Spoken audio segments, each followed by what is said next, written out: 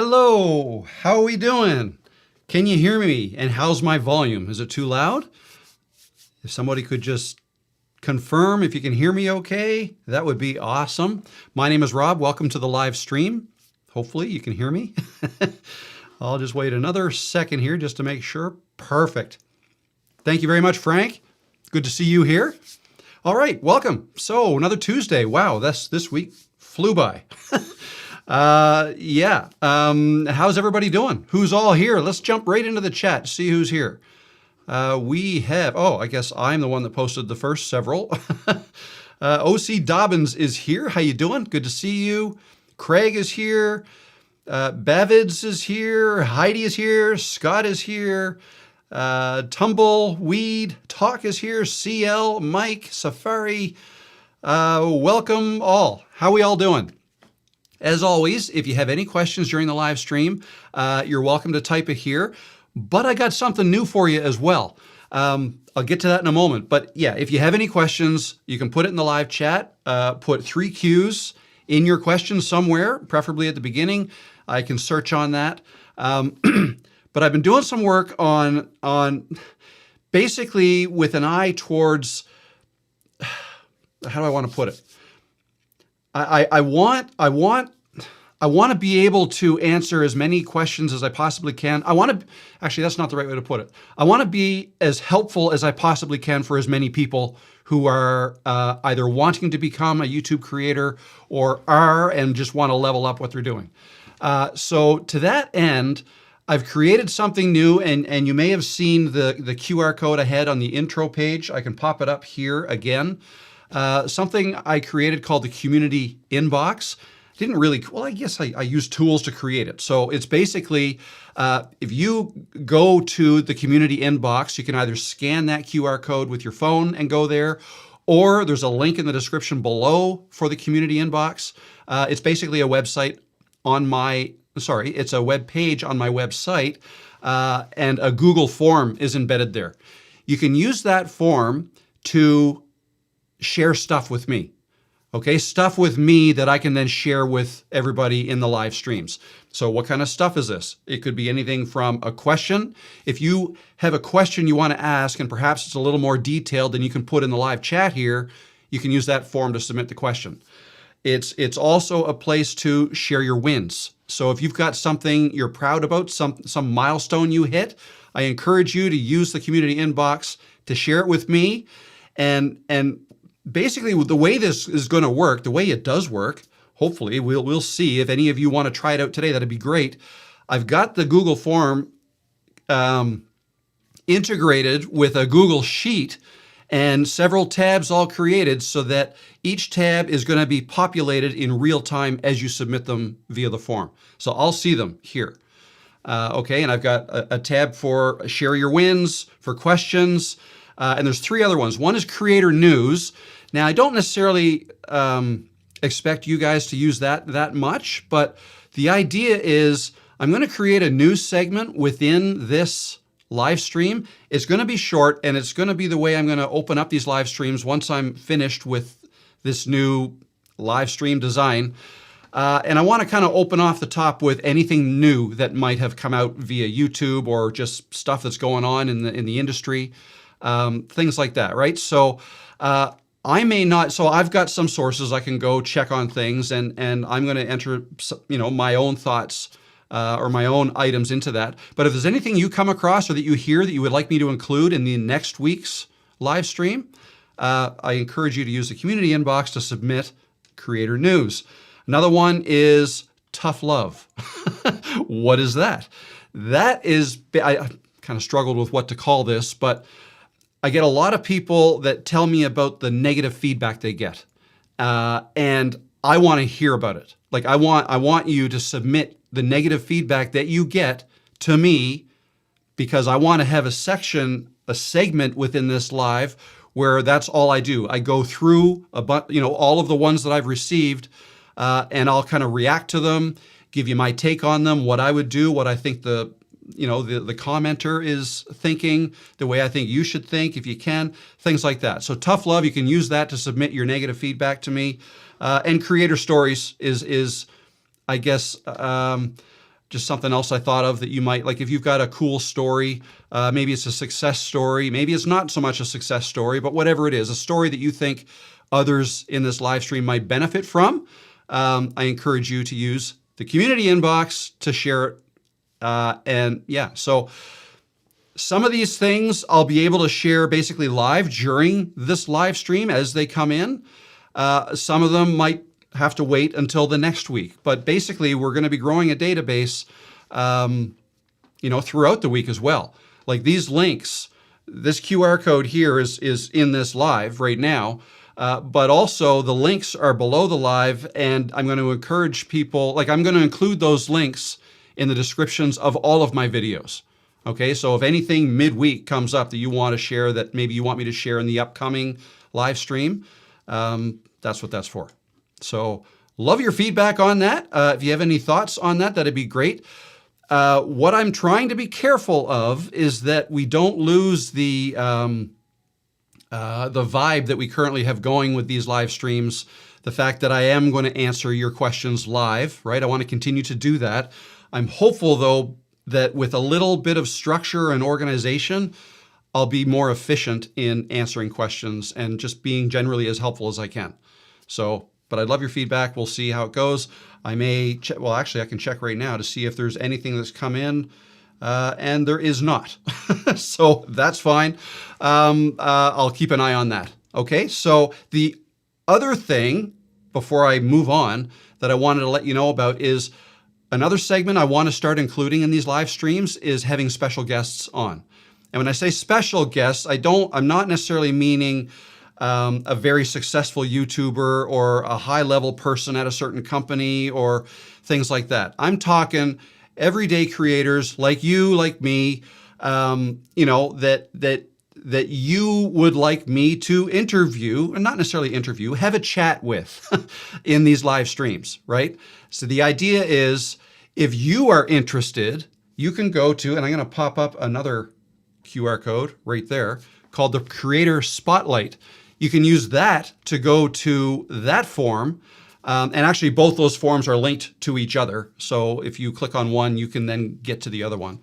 But this is a form where you can submit yourself or another channel that you would like to see me reach out to and have on these live streams.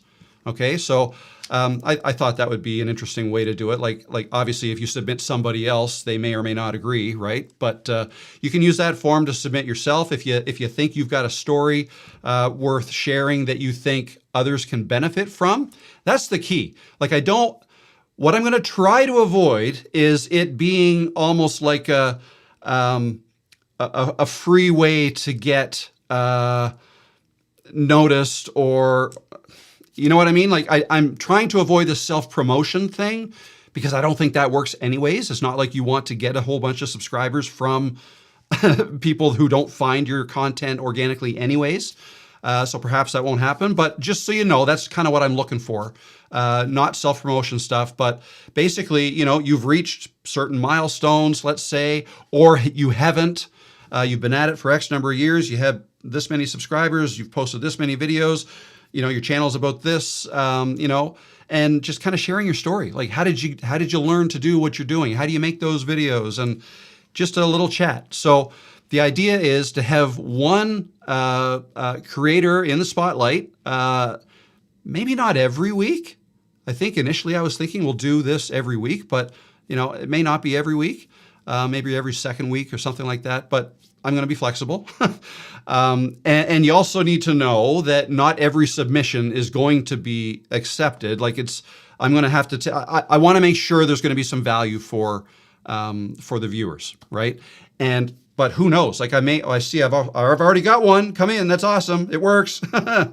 But yeah, so I also don't know at what rate submissions are going to be coming in. Like I may get 100 a week. I doubt that. But you know what I'm saying? Like if I get one a week, that's, if I can do one a week, then that works out. But in all likelihood, I'm going to get more than one a week, and I won't be able to do everybody. So anyways, that's where I'm at right now. This is still in flux, still kind of figuring things out. And I am wanting to get your feedback. Am I on the right track? Is this something you would like to see on this channel? Let me know. Let me know. Or if there's anything else that I have not talked about that you think would be great, I'd love to know that too. So this new format is going to start to take shape, I'm going to say in the next 2 weeks. I'm aiming to have this kind of all set in the next 2 weeks. And there's some fun things I'm planning as well with these segments. So we'll see. We'll see how it goes. So I will just put that back there. Actually, no, I'm going to take these off right now. So the QR codes you see on the left, links to those are in the description below for anybody who's interested. I'm going to just take them away for now because I don't want to clutter up the screen the whole time. And I want to get into the chat just to see if there's any questions and see who's all here. Monkey Wrench, I like your new format ideas. Awesome, that's great. Karen is here. How you doing, Karen? Mike's Adventure Sparks. Traveling with Russell is here. Welcome. Of course, Winning the Week, Scott is here. Welcome. Sam Rat Vlogs. Hello, sir. Your videos are really informative. Thank you. I'm glad you think so. Thank you. Karen says, hey, Rob and friends. Hey, Karen, how you doing? Dirt Princess. Safari Afghanistan is here. Traveling with Russell. That was me. Glad it is working on your back end. Yes, awesome. That is awesome. Cool. All right. Let's see. Love the new direction of the live streams. I'm hopeful. I'm hopeful that it's something because honestly, I just want this to be what you guys want it to be. So, and I know a lot of you like it when I answer questions, which I haven't yet, but I'm going to get to that very shortly. I see there's a few QQQs come in. So a reminder, if you have a question, you can either go to, here's practice, the community inbox to submit a lengthier question, or you can just type it in the chat with the letters QQQ beside it, and I will get to it. Alrighty, hello from Mississippi, Project Broken Compass. Hello, Mississippi. Good old Lancaster, PA, fail forward, welcome. Andy Paints is here. How you doing, Andy? Alrighty. Okay, so let me go to the questions. And here is the first one. Bavids, I hope I'm saying that okay. Or BA Vids, that's probably what it is. You have worked a lot with Camtasia in the past. Do you still use it? And if so, for what? If not, why not? And what do you do? What do you use instead? Let me just kind of refresh this. So yes, I still use it. I've had some brief, what am I going to say? Testing with others like Final Cut Pro and DaVinci Resolve, but I always come back to Camtasia. I still use it currently for my own videos. I also use it for my, I don't use its internal screen recorder to capture my screen. I use Ecamm Live to capture my screen, but I use Camtasia to put everything together. I find it especially useful when I'm creating the types of videos that has picture-in-picture, like when I'm sharing my screen and then I myself am like in a circle down in the corner, right? Those types of videos are very easy to make with Camtasia. And in fact, later today, I'm going to demonstrate how to do that. I made a note from last week to show you guys how to do that today. So I recorded a quick video 30 minutes ago of me talking and doing something on the screen, recorded it all, and I'm going to show you how I put that together. That'll be maybe a 15-minute thing, but that'll be later. I'm here for over 2 hours today, might be 3 hours. We'll see how it goes. What else was in your question? If so, for what? So I use it for all my video editing. But I don't use the internal screen recorder that it has. I don't record into Camtasia. I do all my recordings either on my phone or on this camera, and then I put it together in Camtasia. So yeah, there you go. Let's see. Craig Hawks has a question. Really struggling to get clicks and impressions. Starting to think I should just repackage old videos with new descriptions and thumbnails until something hits. What do you think? I don't love that idea. If it's old content repackaged, I don't know. I don't find that. I mean, people, YouTube is all about the new and what's new today. So honestly, I would just create new stuff and just get used to creating new content. The more you do that, the better you'll get at it. You can redo old videos, but record them anew. You know what I mean? So that would be my take. And especially if these are old videos that have already been on YouTube, I don't see that working necessarily, or I don't give it a high likelihood of working. I would try to understand who your audience is. Like, look at your videos and see which ones have been doing well lately, and what are you talking about in those videos, or how did you make those videos, or how long were those videos, right? And just try to understand what might be, or what were the topics in those videos. Try to get a sense for what was it about those videos that people liked, and try to double down on that. And also keep in mind, who is your audience? Like, where did they come from? What videos did they come through, subscribe through? And look at those videos, and maybe they're the same. Quite often they are the same as your videos that are doing well. Again, understanding who is subscribed to your channel and who is watching your videos is the first step in, what should I make next? Make something that they would want. Okay, so that would be my suggestion. Paul Sanders, I want to use a Google image of a famous person for part of a thumbnail. I right-clicked on the image and there doesn't seem to be a copyright. What do you think?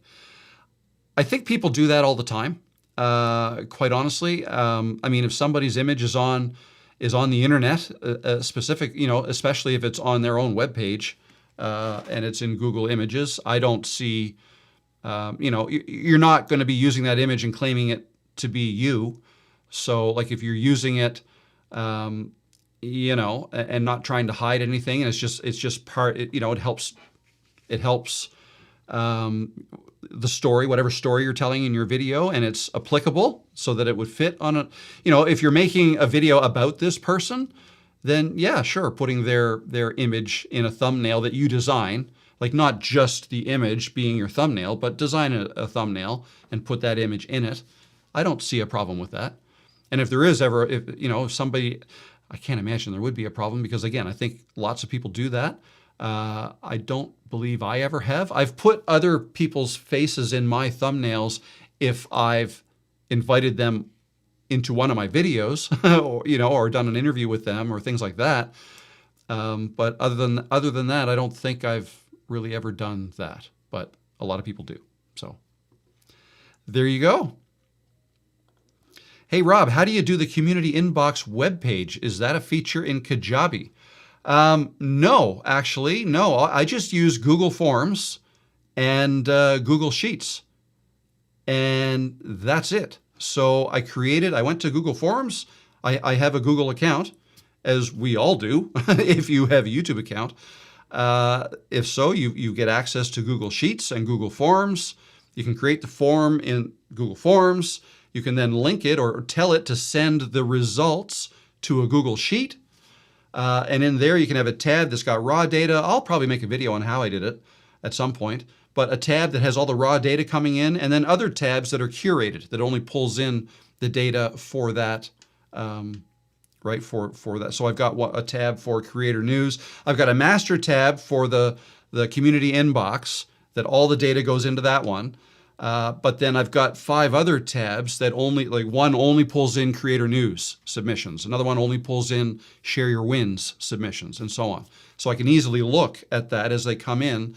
And as part of designing the new format, I kind of envision something like picture this, that when it comes time for some tough love, and I want to start reading some negative feedback and what I want, my idea is that I'm going to go back into that chair, switch the scene to this scene where I'm going to be back there, right, back in that chair, and I'm going to, that's when I'm going to kind of lean in and have a chat, and it won't be at this desk. So that's an example of something that I'm going to do, but there would be a bit of a stinger, a bit of a, now it's time for the, tough love zone or something. I don't know. I'm still kind of figuring it out as I go. But I'm playing with all these different camera angles. I've got the new Sky Cam that I'm calling it. It's up there. And from there you can see that Peanut is on my desk. I don't have the Peanut cam right now. So those two views. And then of course I got my phone up in the window looking outside. So I don't know what I'm going to use with that. But I finally figured out how to put my phone, just attach it to the curtain rod up there instead of having a big tripod set up to hold that up. So that's kind of cool the way that works. So anyways, just kind of bringing all this together, and hopefully whatever comes of it will be kind of cool. Tough love zone, love it, LOL. Let's see now. The chair is cool. Hi, Peanut. She says hi back. Actually, she's kind of sleepy. All right, let's see what else we got. Let's see. Question, with now owning a new hybrid dental laboratory, the time consumption is sometimes overwhelming. How would a solo business owner manage writing, recording, editing, etc.? You're going to want to keep things, so I'm assuming you want to start a YouTube channel as well. The idea is you're going to want to keep things simple, okay? As simple as possible. Streamlined is going to be important. It's kind of the way I approached things when I started this YouTube channel, because I was working as a freelancer. I was really busy, didn't have a lot of free time. So I needed to develop a way to make videos quickly, right? And it comes with practice, right? It comes with practice. If you, let me think now. Let me take a drink while I'm thinking.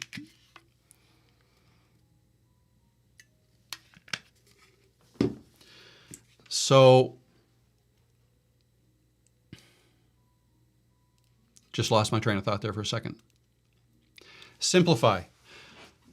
Things like having a dedicated place to film your videos, right? If you are going to be sitting down and using a tripod and you need lights, if you can have a space that you've got that all pre-set up so that you can just basically sit down, press record, and off you go, that helps. Or if you keep things even simpler and just use your phone and get a little selfie stick and just hold your phone and go for a walk outside like I do and film that way, that helps. Not having to script your videos really helps. That's one of the reasons I recommend that you don't script your videos. Just come up with bullet points, like just so you have a rough idea what you want to talk about, and then go talk about it, right? People like, unfiltered type videos like that. But again, it depends on what you're doing, right? It depends on what kind of content you wanna put together. But if you can simplify things by not having to write a script, that would help. Recording, editing, kind of the same thing. Like, don't worry about editing all your mistakes out. Like, leave some in. Leave them all in if you want to. I generally leave most, if not all of mine in. And I can come up with a video idea, film it, edit it, and have it on YouTube, between, like in the morning, start first thing in the morning and have it up by noon. I've done that many times.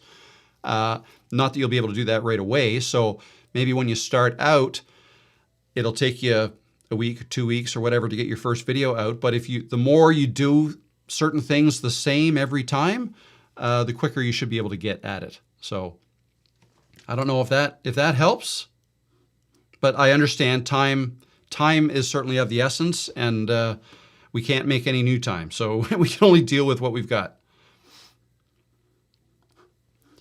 I bought Camtasia around 2021 as a one-time purchase. Do you think buying the updated version is worth it? I use Premiere Pro for editing, but am up for trying something new. Well, okay. Probably not. I probably would not. Well, see, if you're already used to Premiere Pro and good at that, I would just stick with that. If you've already got it. Now, I understand that you're probably paying monthly for that. But with Camtasia, you would end up, you can't just buy it one time anymore. It's a subscription.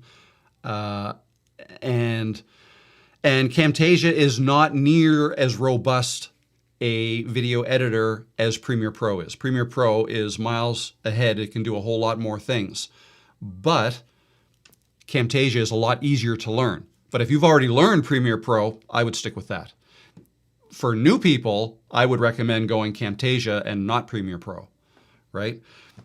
If you are not comfortable in Premiere Pro and you've been struggling with it and looking for something easier, then maybe look at Camtasia. And if you have 2021, yes, I would buy the update for sure, because I remember, I think it was 2022, they made some big leaps. There were a couple years since then that they've made some big leaps in terms of what they offer. I can think of background image remover as one of them, and I can't remember. I used to make videos on this back in 2024. From 2021 to 2024, I made a whole bunch of Camtasia videos. And you can even go on my channel and look at the live stream where I basically live broadcast when they came out with, I think it was 2023 version, and then again 2024 version. And so that'll give you an idea as to what was new added in those years. So I hope that helps. Okay. Actually, I just see a current comment just came in. Recently updated Camtasia for auto-syncing external audio to video. Cool, awesome. And it's funny though, a lot of these, that is cool. I don't know that it's something I would use, only because syncing the audio is just now a part of what I do. I always record my audio separate from the video, and I sync it manually. If there's an easy way to do it, I've tried auto syncing in other, I think DaVinci Resolve had that, and I tried it there, and it was still always out a frame or two. That I could fix by zooming way in and just doing it myself manually. Now, maybe it's better now. That was a few years ago. Maybe it's better now, and maybe the Camtasia version is better than that. But for the amount of time it takes me to sync audio and video, I don't need anything to make that happen even faster, if that makes sense. So anyway, but maybe that's just me. All right. Hi, Rob. What is your experience with Final Cut Pro compared to DaVinci, and why do you still prefer Camtasia? Using DaVinci, but thinking of switching. I can't get used to the project organization. Project organization in DaVinci is different, different than Camtasia for sure. It took me a while to get used to it too. I used DaVinci a lot when I was editing videos for other people before I was really into my own YouTube channel. So this goes back 2+ years ago. There were some good things about it. I loved the auto transcribing feature of the paid version of DaVinci. That was great, particularly for what I was doing. I was adding subtitles to people's videos. That was one of the services I offered through Fiverr at the time. Now, I don't think that industry even exists anymore because AI does all that. But so Camtasia over DaVinci is what I prefer for ease of use, number one. But number two, because I periodically make tutorial-style videos where I'm sharing my screen and demonstrating something, and I like how easy it is to put myself picture-in-picture in a video like that, where I'm in the corner and the main screen is a screen that I'm sharing. And just all the tools that go with that, like highlighting, drawing circles around things, animating it, animating myself from full screen like this, full screen, just down to the corner. Like that animation, so easy in Camtasia, but with DaVinci Resolve and, with Final Cut Pro, and I think Premiere Pro, most of them, you need to, dive deep into the keyframes, and there's a lot of clicks and things you have to do to make that happen and to make it look good. Now, it's a whole lot more flexible. There's a whole lot more things you can do, a whole lot more control you have over the easing properties and all this stuff. It gets highly technical. But if you don't need all that, and I don't, Camtasia is great. It just makes all that stuff so easy. So anyway, that's and same thing with Final Cut Pro. Again, I started using Final Cut, and I used it for 4 or 5 videos, I think, in December, I want to say, just this past December. And I liked it. But again, it's just, I always come back to use the editing software that you are the most familiar with, right? Unless there's something specific you need to be able to do that you know your editing software can't do, right? And there's a lot that Camtasia can't do, you know, like auto masking things and you know, more color grading options. DaVinci Resolve is well known for being the best color grading software, but honestly, I don't get into that. Like people that have these cameras that, oh, I can record in 10-bit color and all this stuff. I get it. I understand if you want to be able to film something and then later on go in and say, okay, everything that's blue, I want that now to be green. You know, you can do stuff like that in DaVinci Resolve, right? And that's a little harder to do if it's even possible in Camtasia, but I don't make videos where I need to do that. I boost the saturation a little bit sometimes to make some colors pop a little more. But other than that, maybe play with the brightness. That's it. Saturation, brightness, and contrast. I can fiddle with those things in Camtasia.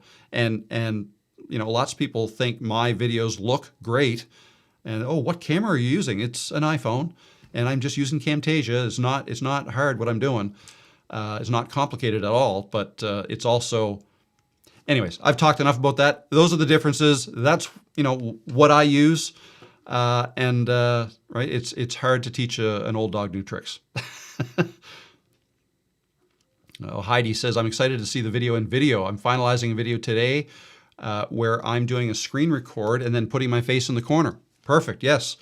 It's been a learning experience. I'm going to show that. I'm going to aim for top of the hour to do that. So in about 25 minutes, I'm going to demonstrate how I do that. All righty. Just quickly see. Have another drink here. I'll try to get caught up on the live chat, see if I've missed anything.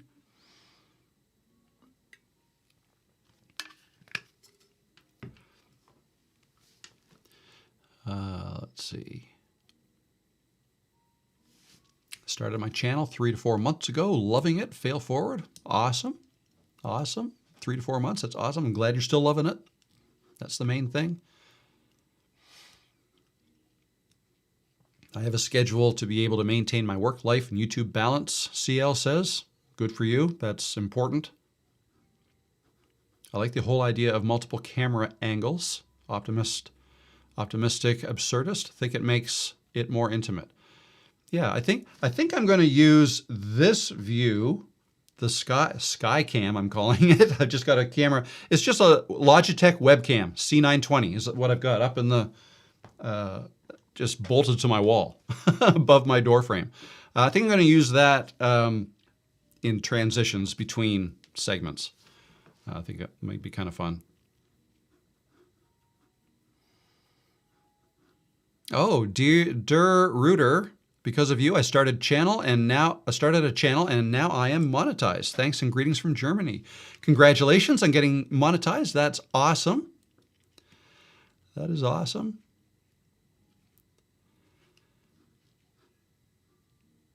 Is this live going to be saved? Yes, it is. These are always saved on YouTube, and you can go back to my channel on YouTube, click the live tab, and that, it's a little misleading. It doesn't mean it's live now. It means you can see all my lives there. I will quickly show you me and the screen right here. So this is my channel. If you just click on the live tab, here, that lists all my live streams. So this is the one currently people are watching. This is live. You can see it's live from this right here. And this is last week's members only, last week's, and so on. All of them. They're all here. Okay, so there you go. There you go. So yeah, and now when you watch it on the replay, live streams, you may see ads, right? But while we're live, you won't see ads because I have the ads turned off. I don't turn them on until it's over. Alrighty, another question here from Ellie. When going into establishments like stores, restaurants, casinos, and the like, do you ask for permission to film first? What's the best protocol? So I've never made videos like that, but yes, I would ask. If I were going to do that, I would probably ask permission. Now, if anybody out there has more experience with that, I'd love to hear what you do, if you ask permission or not. I can tell you a bit of a funny story, though. This goes way back. When my father was in Atlantic City, and this might even be the late 90s. This was before YouTube. He had a little camcorder or maybe even a shoulder mount, something or other, and he was going up some escalator and into a casino.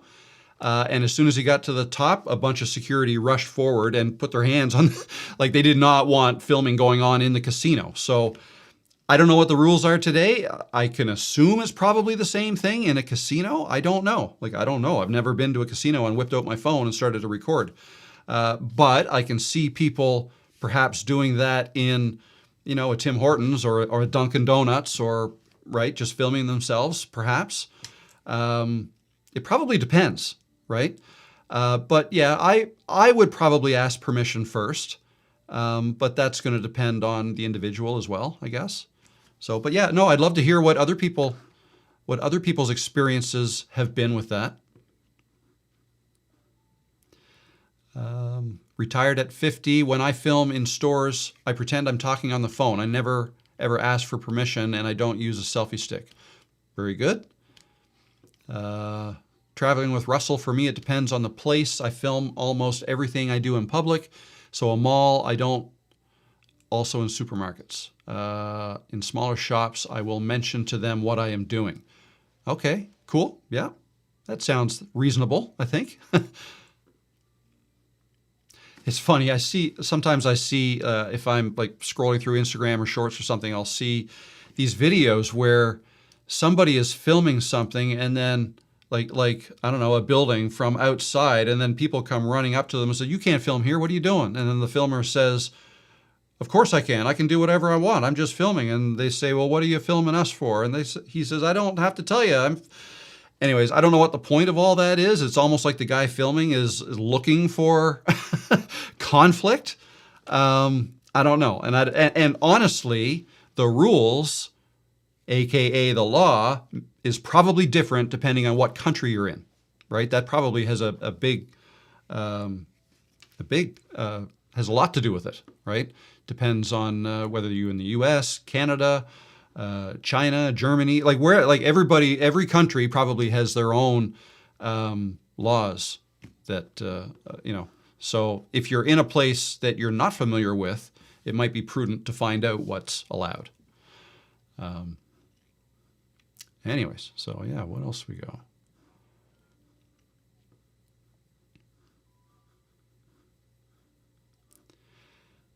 Sally the Golden Ager says, do you ever feel that you're too hard on yourself at the beginning when you had low views? Yeah, in hindsight, yes. When I was just starting out and getting low views, yeah, I was hard on myself. Because I would look, I'm a numbers guy. I'm looking at the analytics far more than I suggest you look at them. And yeah, I think this video is going to be great. And I put it out, it's a 10 out of 10, and it's just not doing, people just aren't liking it. Yeah, it still happens, but I'm a little more, I guess, knowledgeable, or I've got more experience now with that I understand that not every video is going to be a winner. And when you're starting out, numbers are smaller.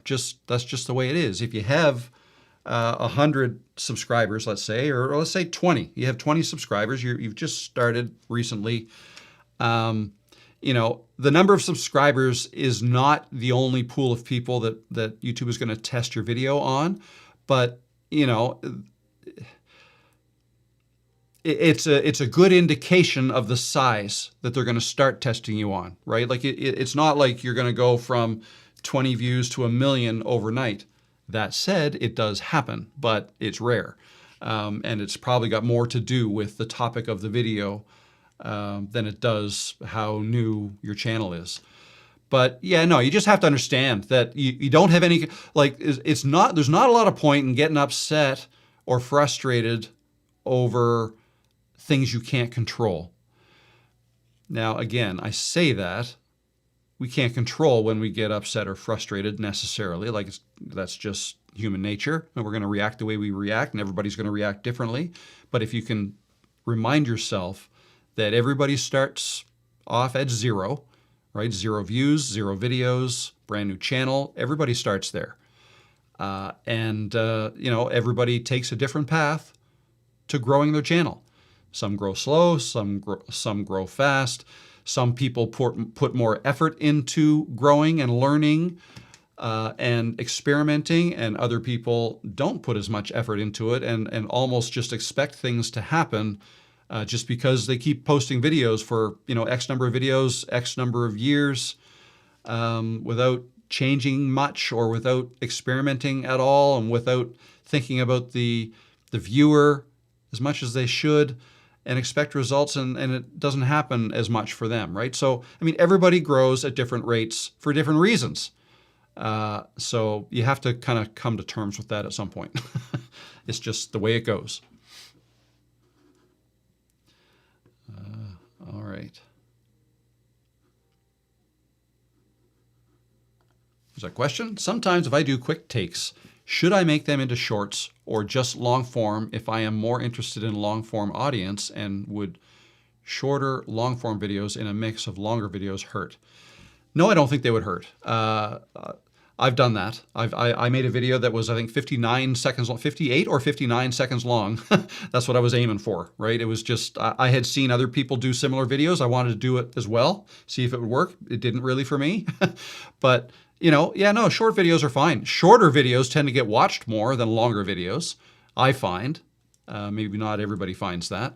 But yeah, if you want to focus on long form videos and you're going to make a video that's less than 3 minutes long, which means it could be a short, I would still film it horizontally and upload it as a long form video. I would not film it vertically and upload it as a long form video. Anything you're going to upload as a long form video, I would try to make sure I'm filming horizontally. Sometimes if there's a clip you absolutely want to use, but you happen to film it vertically, then it's okay, I suppose. But I don't know. I just don't like the look of, you go to a YouTube channel and then there's this video obviously was filmed vertically. That just tells me, okay, the person didn't quite know exactly what they were doing yet, but maybe they're learning. That's fine. That's, we all go through that. But anyway, just another tip for you. How many people were originally in your first few live streams?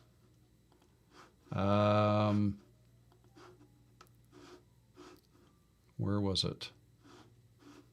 Live streams, right there. March.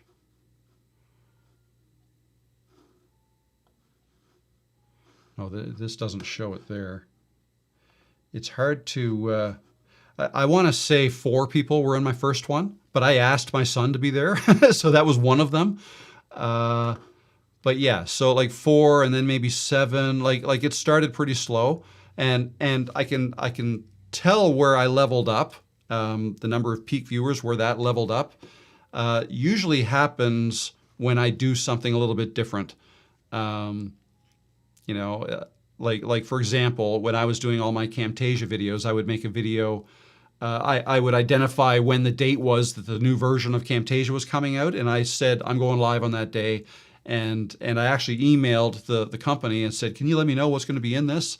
I don't need an advanced copy or anything, but I want to be able to talk about it in my live stream, and I'm going to do almost like a live unboxing. You guys will probably like that too. Like Camtasia is relatively small compared to some of the other companies, so some of the other editing software. So they were on board with that. And yeah, so a live stream like that was received really well. And I also promoted it in my videos leading up to it, right, saying that I was going to do that. So whenever I did something like that, things would level up. And then the next several weeks, it might come down a little bit, but not to the level where it was before. So if you can think of something neat like that you can do that fits your industry, your niche, that might help boost it. But yeah, no, when I first went live, I think 4. I got 4 people in my first live stream.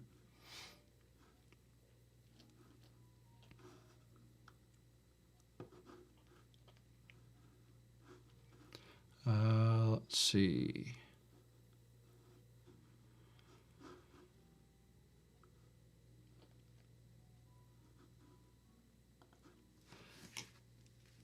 I know the first step is description and thumbnail, yet I can't help but start to think about things like maybe I should have worn a different hat, or maybe I should wear a red shirt or a blue shirt.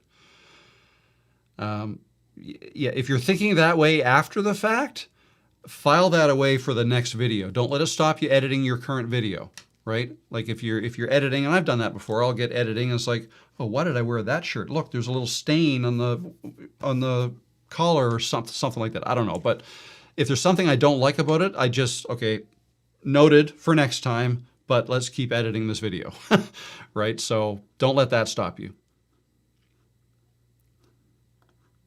I just have one video that's blowing up at 345 views, the 6th video, so I'm assuming that YouTube is pushing that video since a good subject thumbnail.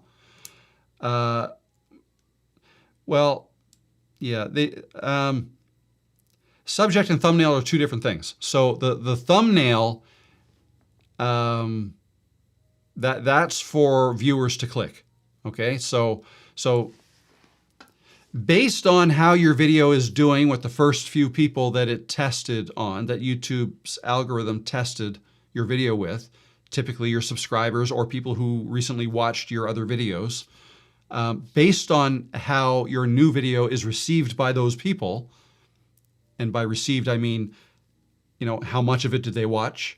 How often did they click to watch it? How much are they engaging with you, leaving comments, clicking the like button, clicking subscribe, all these things, like YouTube is collecting all kinds of data. Whenever someone is watching or interacting with a video, YouTube is collecting data on them and for your video, and they're logging it.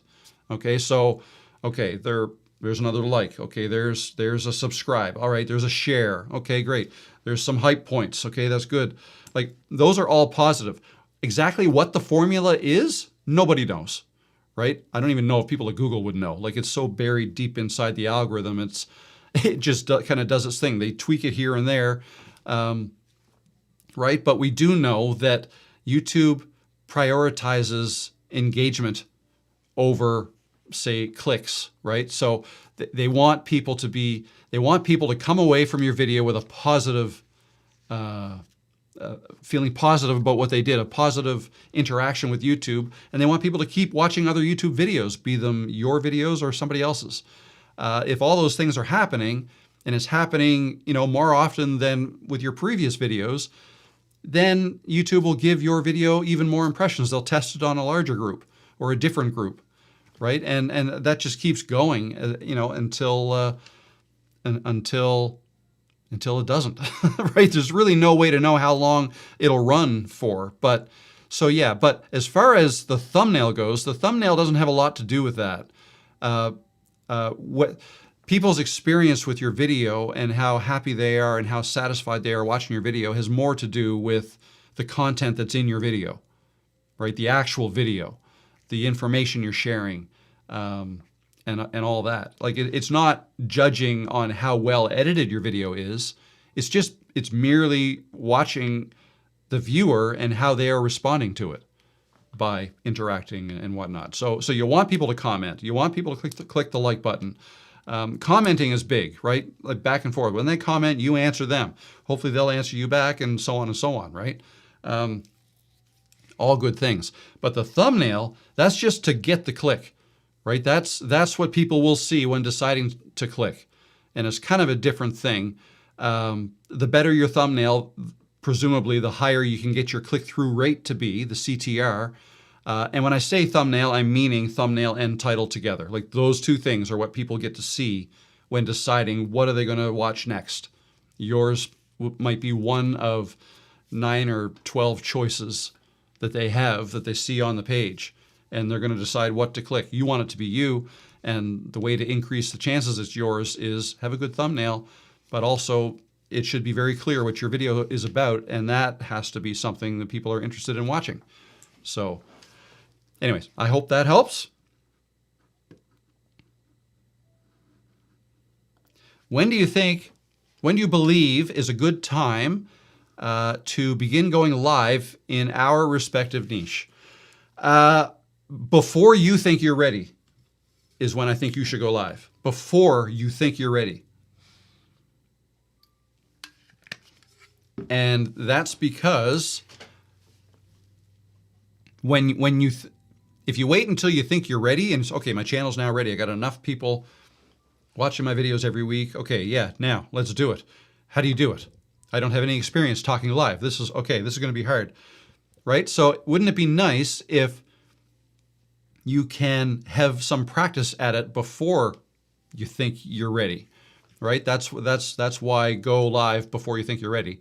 That's going to be practice time. And in fact, it's harder to go live when you don't have a lot of people showing up, or if you don't have anybody showing up. That can happen. When you do your first one, that can absolutely happen. In fact, prepare for that to happen. Prepare to do your first live to nobody, just in case that happens. There's a high likelihood that that is what's going to happen, unless you promote it beforehand through your community forums, through your other videos, and announce basically that you're going to go live starting on a certain day. I would recommend you do that if possible. But let's say you don't do that and you just go live. You may have nobody show up, but that's okay. Because if you can get through a live like that, when it's just you and you're getting no feedback and nobody's in the chat saying yay or nay to whatever you're saying, you're just on your own. So, if you can get used to doing that, then the day that some people start showing up in your live streams and reacting, it gets so much easier. Like before they even say anything, you can say, oh, I noticed somebody's here in the live stream. Thank you for stopping in. This is what I'm doing today. And if there's something else you'd like to see me do or talk about, let me know. I'd love to hear from you. In fact, where are you watching from, right? Like try to get the conversational ball rolling when you see that people are watching you live. So then, it only takes one. It only takes one to leave a live comment. And then as soon as you see that, like keep an eye on that. As soon as you see it, jump all over it. Like say, oh, hey, Heidi, thanks so much for commenting. This is great. Yeah, and blah, blah, blah. Like just answer whatever she says and try to continue, be wordy and just try to continue the conversation, right? That'll be great experience. And then you'll be ready, right? You keep doing that. So anyway, that's what I would suggest. All right, let me just back up here a little bit and check the chats. Monkey Ranch says, I misspoke. Anyone with a phone can record publicly because of First Amendment, but a photo crew requires a permit. Private buildings or stores need permission from the owner. Okay, interesting. Very good. Very good. That probably applies in the U.S., right? You mentioned the First Amendment. That's the U.S. Constitution, so that may not apply everywhere. Well, probably doesn't, but just so, because I know there's people here that watch that are from other countries as well, so I just wanted to make that distinction. Retired at 50. After I do a 20-minute or more live stream, I go to Shorts, and YouTube makes a short for me. Almost all my videos are live. Then my shorts are automatically made by YouTube. Awesome. That's a good, yeah, if that's working for you, keep doing that. Cool. Cool. The only reason a crew would need a permit for public space is if the road or sidewalk is blocked or traffic is impeded or use of the space by public, etc. Interesting. Interesting.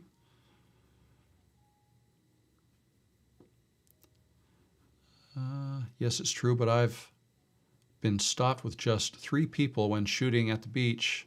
But yeah, permits are needed or you'll be shut down. Maybe it's getting in the way of the public. Yeah, that'd be my guess. If you're in the way of the public, I can see why. Like for example, yeah, I guess if you're on a sidewalk, Like I'm picturing a snowy sidewalk that had to be shoveled, and the city has just shoveled it, and now you're setting up shop there to make a video. Now pedestrians can't walk safely by. You're stopping that. Then maybe the city has something to say. Can probably say, hey, you have to move, maybe.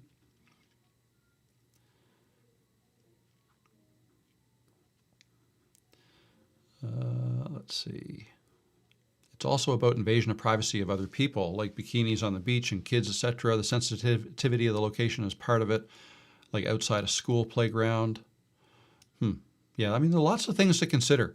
I always default to asking for permission, I guess, instead of, filming and then saying I'm sorry afterwards. I don't know. But again, I haven't done a lot of really any filming. I've done lots of filming out in public.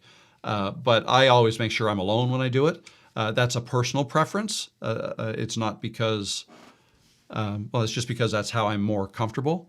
At some point, I want to get better at, or I want to kind of slay that dragon and go in public and actually walk down a street and film myself as I'm walking. I mean, a lot of people do it. So anyway. Heidi says, I see the option to create shorts as soon as I stop my live stream, but I've never selected the option. Yeah, I've seen that too on YouTube, but I've not done it either. I've got another way that I do mine, and it's one of those things, like whatever you're used to, I guess, and whatever works for you in terms of creating shorts, but yeah. I've been doing a voice journal every day, and I think it's helping me with my future YouTube channel. That's cool. A voice journal, that's awesome. I every once in a while, I'll stop and think to myself, you know what? I wish I had been doing that like forever, and I don't, like a diary or a journal or something like that, right? Here's another question. Then I'm going to go into demo mode. I started my channel 5 years ago and mistakenly got 95% of my 1,300 subs from shorts. I've deleted them all as I only want to focus on long form. Lows are very low. Views are very low. Is my channel dead? Thoughts? Yeah, like when you say you deleted all of them, I'm assuming you mean your shorts and not your subs, because you can't delete your subs. Ideally, you would get rid of all your subscribers. If 95% came from, what, 1,300 times 0.95, 1,235. So you've only got 65 subscribers that did not come from shorts. I mean, it depends on your, what your videos are about, how aligned your shorts are to your long form videos, but you can completely start over if you wanted to. I wouldn't necessarily delete anything. A lot of people will tell me, yeah, no, I only took this, I found I was stuck, I wasn't getting anywhere, so I deleted my channel, started over. I don't understand why anybody would delete anything and start, starting over, sure, but leave your channel. Like you can leave what you've done, right, and just start a new channel. That would be my approach instead of deleting anything. I guess unless you wanted to re-upload some of the old content you had, but I mentioned that earlier. I'm not a huge fan of that. I just believe in starting fresh.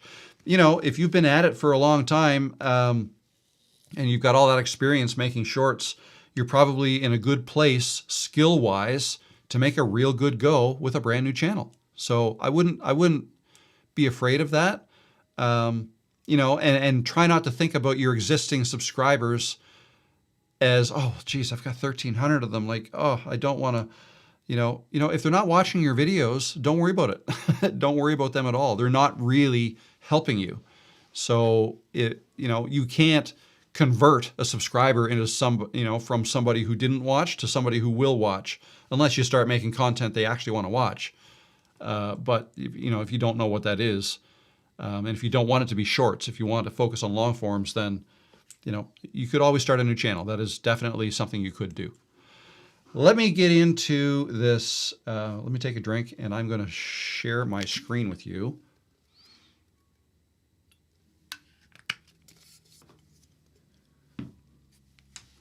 All right, so picture in picture. Let me show you real quick what I do. So I made a video half an hour before I went live, and I recorded it with Ecamm Live. Let me double click in here. So this is the folder that was created. I used Ecamm. Right now I'm using Ecamm to live stream, but you can also use Ecamm to record. Okay, so I used it to record my screen. So the Ecamm recording is just my screen. That's it. That's all I did with the scene. It's just my screen. But what it will also do is record any cameras that are also connected. So it also recorded 2 cameras. One was this one, and I was sitting here, so it captured me talking. And the other camera was that one, up the sky cam. So let me just, I'm going to create a new project. So for those who aren't familiar with this is Camtasia.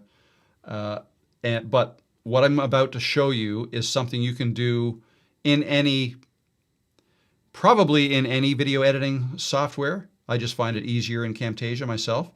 So, all right, so I'm gonna go and bring in, it's harder for me to show this because, here, let's just do it this way. Import media. I'll go to my projects, the live, Camtasia test, Ecamm recordings. So let's bring in camera A, camera B, and the Ecamm recording. I don't need to bring in the main mic, the audio, because I know that was captured by Ecamm as well. So let's bring those in, import. So here they are. I'm just going to resize this a little bit, make it a little bit easier. Okay, so let's get rid of this now. I don't need that. Here is my project. Here's the files. Now I'm going to bring this down to the timeline. Here is my screen recording. Okay, oh yes, I recorded in 1080p. So let's change the project to 1920 by 1080, 30 frames per second, apply, make it a little bigger. So now I'm filling out the frame. Okay, now I recorded Canva, something in Canva, by the way. And you can see down here, I've got the video and the, oh, here, let me just double check the, yeah, the chat. If you see me doing, if there's something you need me to explain better, let me know in the live chat. I'll try to keep an eye on that as well. All right, so here's the Ecamm recording. Let's bring down the camera A here. Oh, it was filmed at 60. No, I'll keep the project at 30. That's fine, 30 frames per second. There's that camera. Let's bring the other camera down too, just for fun. That camera as well. There we are. Now, I need to sync these up. The audio, you can see the audio in all of them, right? So if I zoom this in, all I have to do to sync them up is just select one at a time and just kind of move them so the audio lines up. Now I'm going to play this. Now tell me if this is too loud. Now I want to go. I don't hear it at all. Design. There we go. Now I want to go to. Is that too loud? Let me know how that volume was, because I can adjust that independent of my voice. But anyways, that was fine. Now, if I want to, so this is the top one. I'm going to hide that track, just like that. Volume is okay, a little loud. Okay, I will turn that down a little bit. And that is with, I want to go to apps, and I'm going to search for QR. Okay, just turn that down. Plenty loud, but it's okay. Thanks, Heidi and Scott. All right, so now we have to decide. Okay, you know what? I'm not. So that's how you switch between. Sorry, that is how you sync the audio. I've got this track. If I hide that, you can see this one. If I hide that, you can see that one. Let's just take a look at this track for a second here. Let's say I don't want to capture all the headers, like all this stuff up here. I want to not crop. I just want to make this a little bit bigger. Let's just make it big like that. And let's move it over here. Okay, so I've just done a little bit of reorganizing there. And that is for this. And that's going to be the same all the way through. Okay, so that's fine. Now, let's bring this track back. And you know what? I'm just going to delete this because it's complicating things. Let's not use that track at all. All right, so let's double click here. I'm going to bring this back to the beginning. All right, and in fact, let's zoom in. Okay, and I start speaking right there. So let me make a cut. I'll cut that out and I'll start it right there. Okay, this is just a test video, and real quick I'm going to show you how to create a QR code custom for your website. Okay, right at that point I'm going to switch to the picture-in-picture. So actually, before I do that, sorry, I am going to remove the audio from one of these. Let's just remove the audio, silence audio. Okay, that should sound better. A QR code custom for your website. All right, and in fact, on this one, let's separate the audio. Separate video from audio. In most video editing software, audio is shown separate from the video tracks. So I'm just gonna, and it's usually shown at the bottom. So I'm just gonna rearrange it like this. Now that probably looks like what you're used to. This is just a test video, and real quick I'm gonna show you how to create a QR code custom for your website. Okay, right here is where I'm gonna make the change. And I'm going to split it right here. And now over here, I want this one to be picture-in-picture. So let's start resizing this. And notice how this track here is the video of me. The one below it here is the screen that I was sharing, okay? So if I wanted the screen to be on top of me, I would have to flip these, okay? But I want myself being on top of the screen, so that's why my camera view is on the level above the screen share. All right, so you can do that, and now you can just resize this however you want. So this is a crop tool, so I can crop this in like that and like that. Let's bring it down a little bit. Oh, no, whoops, typed the wrong, there we go. Let's do that, a little more, a little more. I think I like the shape of that, and let's make it even smaller. Let's bring it over here like that. And in fact, let's make this look even a little bit better. So for this screen, I'm going to use the crop tool. Let's bring this in so it snaps to the canvas. Okay, so now that's the full screen size. And now I want to bring that in a little bit like that. Okay, let's move it up. See what I'm doing here? Just, let's zoom in. It's kind of snapping. There we go. And we'll fit. All right. Yeah, and if we want, we can put something behind it. So let's insert one track below like that. Actually, let's, just for organization's sake, let's put it in here. I'm going to go to Camtasia Assets, Dynamic Backgrounds. Let's go with a dynamic background. There's all kinds of different ones. Let's go with this green, I guess. And I'll bring this in here like that. Let's stretch it out over the whole video like this. Actually, I'm going to cut this and end it right there. Okay, you guys following me so far? So that's what I've done. Now you can do things like, let's say for this one, let's go back to visual effects, and let's say I want to add some corner rounding. That's right here. We'll drag that down to me, and I can round the corners like that. Let's add a border. Can do that. Thickness, you can change the thickness of your border. You can change the color of the border if you want. You can go with whatever you want. Let's go with a, I don't know, blue. No, it looks kind of gross. I don't know. Let's go with purple. All right. All right, so that's what we have so far.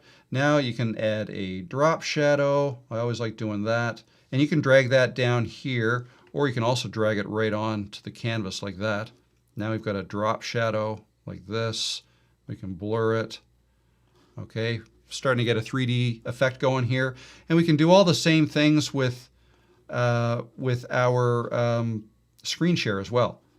So let's just maybe add a little drop shadow to that. Okay, same thing, go with an offset. And I'm not going to round those corners corners or add a border. Actually, no, maybe I should because I can see there's something going on here. So yeah, let's, where are we? Let's just go with a border. Add a border, and let's change the color to orange. Let's say for that border, make it a little thicker. There we go. All right, so there we go. What am I trying to do here? Just resize this a little bit more. Okay, and now we can play this. I'm in Canva. I am going to create a new image. Let's go 500 by 500. There, what do you think of that? That's pretty quick. What was that, like 10 minutes or so to do that? Now, there's some other things you could do. Let's say, okay, so let's say we get here. Okay, I'm showing what to do over here on the left side, so that's all fine. But then there comes a point there where this QR code gets added here. Let's say I want to move my picture-in-picture over to the other side. Now this is where animation in Camtasia is so cool. All I have to do is go up to, where are we? Not animations, it's visual effects, I believe. No, I've got mine in favorites, so I forget where it normally is. This custom animation. Where is that normally? I can't remember. But anyways, let's just drag down this custom animation. And I want to animate this track, which was me. Okay, we can zoom in here to know exactly where we want this to happen. And Command V to paste it, and click Generate. So let's say at this point I want myself to move over to the left side. Okay, and at this point I want it to be over on the left side. So you just go to the end of the arrow, and I'm going to click and move this over here. I'm going to zoom in because it's, let's say I want to move it over to here. Okay, so now look what happens. And click Generate Code, and here we are. There's the code. So, okay, let's say I wanted it to move over and then shrink. I can do that. I'll put my playhead here, and then I can change the size, or I could do that in a separate animation. Let's bring another animation down to happen right after that first one, and let's go from here to a different size. Let's shrink this down and move it wherever. It's there. Let's do it there. So now what you have is this. And click Generate Code. And here we are. There's the code. So we can now make it. Okay, and if you ever want to see the full timeline, you click that spyglass there. What'd you think? Is there anything else you want to see how I do with this? But that's basically how I do picture-in-picture. Let's say at the end, I wanted to zoom back out to me full screen. Let's find out where I want to do that. You create a QR code. If you want to download this, just click Share. Oh, let's see what's happening there. I've got that cut off there. So again, another custom animation, this time on the background screen. Let's zoom in here. Where do I want that to start? Right probably there. And I want that to be moved like that. Okay, so let's see what happens here. QR code. If you want to download this, see how the screen kind of animated in there? Want to download this, just click Share, download, and download again, and that's it. It's downloading to your computer. Okay, now at this point, I'm going to go Custom Animation on me, zoom right in, and now what I want me to be is full screen. So let's start making this full size. Let's, now the corner rounding, I'm going to want to change the radius to 0, kind of get rid of that. The drop shadow, that'll go away anyways, that's okay. But the border, the thickness, I want that to go down to 0. All these things are being animated, by the way. And finally, the location, I want to be full screen like that. So now, let's see what that looks like. That's it. It's downloading to your computer. So I hope this helps, and I'll see you in the next video. There you go. End of the demonstration. Let me know what you think. If you found that helpful. I guess if you don't use Camtasia, you may not find it that helpful, but it kind of gives you an idea as to how I make those types of videos fairly quickly. So now let me just jump into the chat to see what I might have missed. My eye is watering. I think I got allergies. All the stuff's coming off the trees now.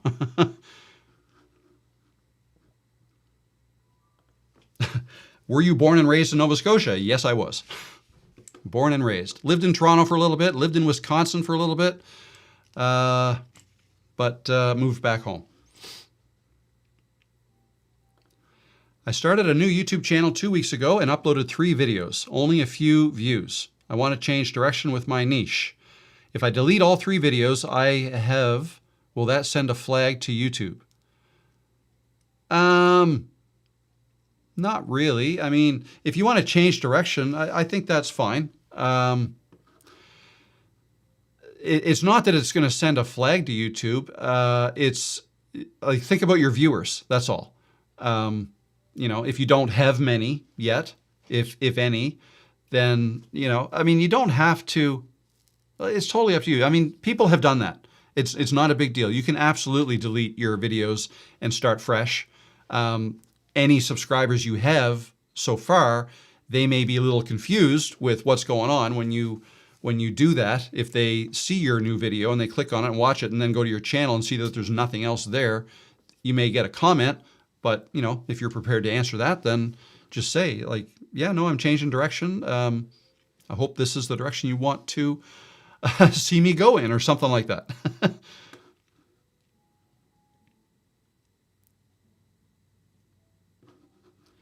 Oh, Scott says, Rob, why the echo? Was there still 2 audio tracks enabled? I didn't hear an echo myself, but there could very well have been. And I'm just going to create it for this home page. I'll highlight that, and I will press Command, because I think I had the audio off on the other ones, and you can't see them. So, but you want to make sure. See, if I silence this track, let's see if we hear any audio. I don't hear any audio there. Oh, you know what? If you heard an echo, what it probably was is feedback, because I can hear it. I'm not using headphones. So what I'm hearing is through my speakers. You may have been getting some of that back into the mic here. Apologies for that. Yeah, the right way for me to do this would have been to put headphones in so that my speakers aren't, you know, throwing out sound and back into the microphone. So that's probably what you heard.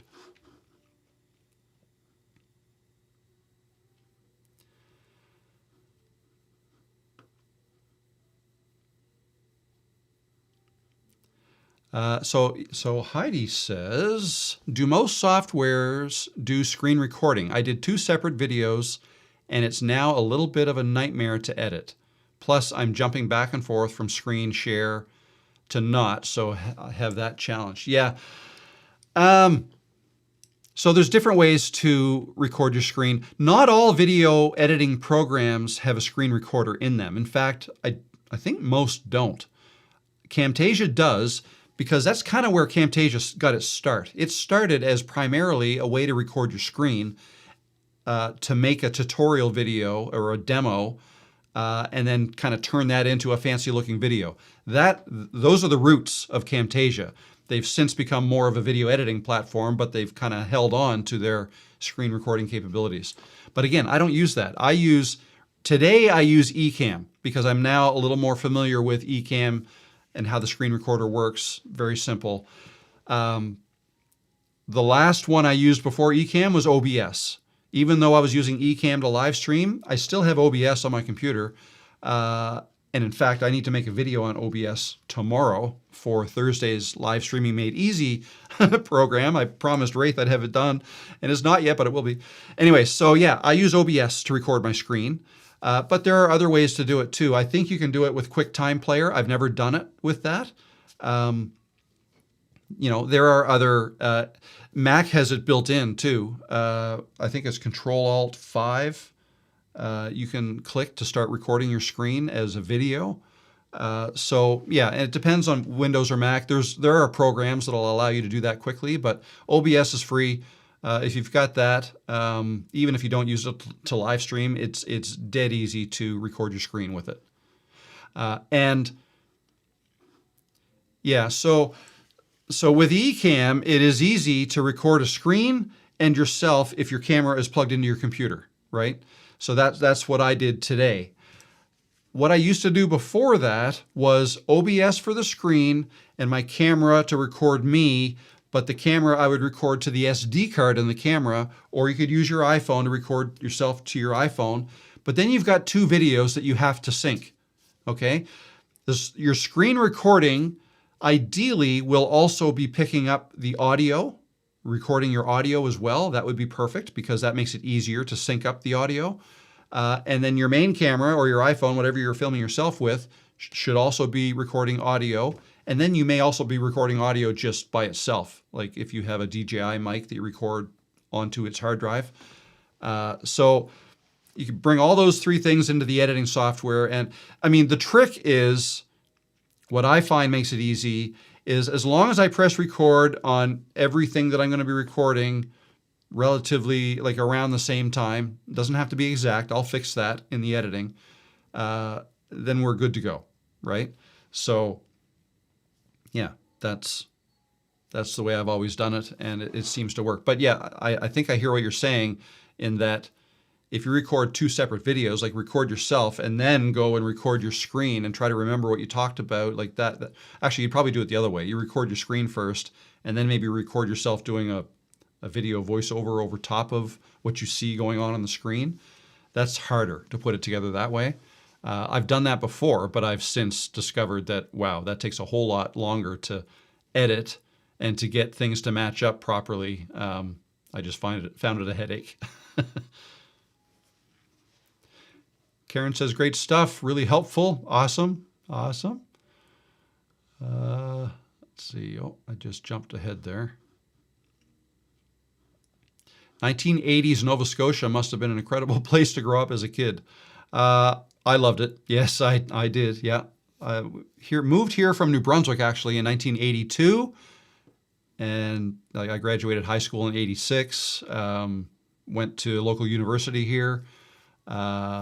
And then another university, and it was 94 when I moved to Wisconsin, and then Toronto until about 2000 is when I came back home. But yeah, no, it was great. Great living here. Heidi, what software do you use for live streaming? I think I know the answer to that, but yeah, YouTube Studio, yeah. Great demo, Rob. I use iMovie Picture-in-Picture to overlay my logo onto some of my videos. Okay, cool, very good. Very good. Heidi uses a Mac, but has a PC. Let's see now. If you're Mac, seriously consider Ecamm. I think you can try it free. It's fantastic, and it screen records. Yeah. Yep, Scott pushing the Ecamm as well. I know Scott's really good at using Ecamm too. So yeah, Heidi, you might want to check out some of Scott's live streams as well. Very well produced, Scott. I'm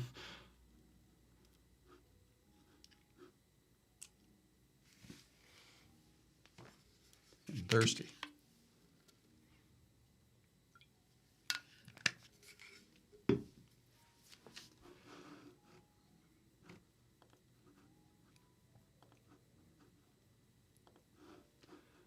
Okay, I see there are some questions coming in. You know what? I can, okay, that was a test. So questions.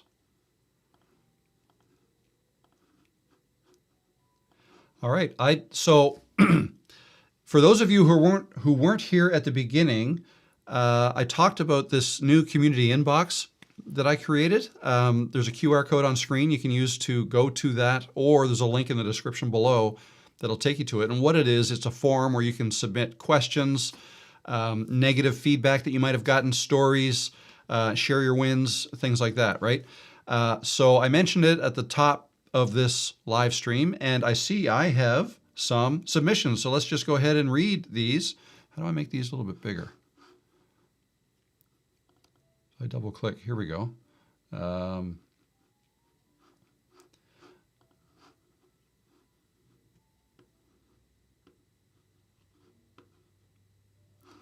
Okay, so yeah, that's not a question really. So, but I see Russell, did I broaden my niche too much? Supermarkets, malls, car dealerships, expos, apartment tours. I am not thinking it should be more about typical life in Russia content, as the word typical was and is used a lot to describe a lot of places I have shown on the channel. Yeah, it's hard to know. Did I broaden my niche too much? Yeah, I guess you can dive into your analytics and see what they tell you, right? If you've made videos on a whole bunch of different things, look at what videos have done the best and what were those videos on, right? That might give you an indication as to, like, if you're not happy with the growth of your channel, it might be because you've spread yourself too thin across too many different niches. That could very well be. And one way to, I guess, test that is to just try to make more of what brought in the most views, right? That's probably how I would attack that. And I have another question from Martin Sigurdsson. I hope I said that right. I have an 8-year-old channel dedicated to 3D printing. 5 years ago, I had to stop making videos due to health issues. I have just under 2,000 subs. In January, I started again to make videos on the same subject, but views are really low, 30 to 50, and very few subs. How can I restart the channel, or should I create a new one? I have worked on thumbnails and cut out intro parts in videos. You have just under 2,000 subs, 8-year-old channel, and you basically been dormant on the channel for 5 years. And you started again in January. Look at your analytics. So if you've started again in January, it'd be helpful to know how many videos you've been making lately since January this year, right? And if it's not much and you're not getting views from them, and especially if you're now going to be making videos about different things than you were 8 years ago, then yeah, I'd probably start a new channel. I'd probably start fresh, is what I would do. But if your content is going to be the same type of content that your existing subscribers got used to, then try it. And maybe you have. You said you started up again in January. Like, how many videos have you made? If it's 5 to 10 and you're not getting anywhere and it's the same type of content as before, then yeah, again, you might want to consider a new channel. It might be hard to restart that. Like 5 years is a long time. Your 2,000 subs, like 3/4 of them may not even be on YouTube anymore, right? Like that's a long time to be dormant with a channel. But test things. Like if people have been missing you and when they see you, it's like, oh wow, you're back. This is awesome. You're going to be making videos regularly again, I hope. If so, I'll stick around, right? You want to try to make videos that get people to talk like that. And if you're not getting any reaction at all, then yeah, maybe start a new channel is what I would probably do.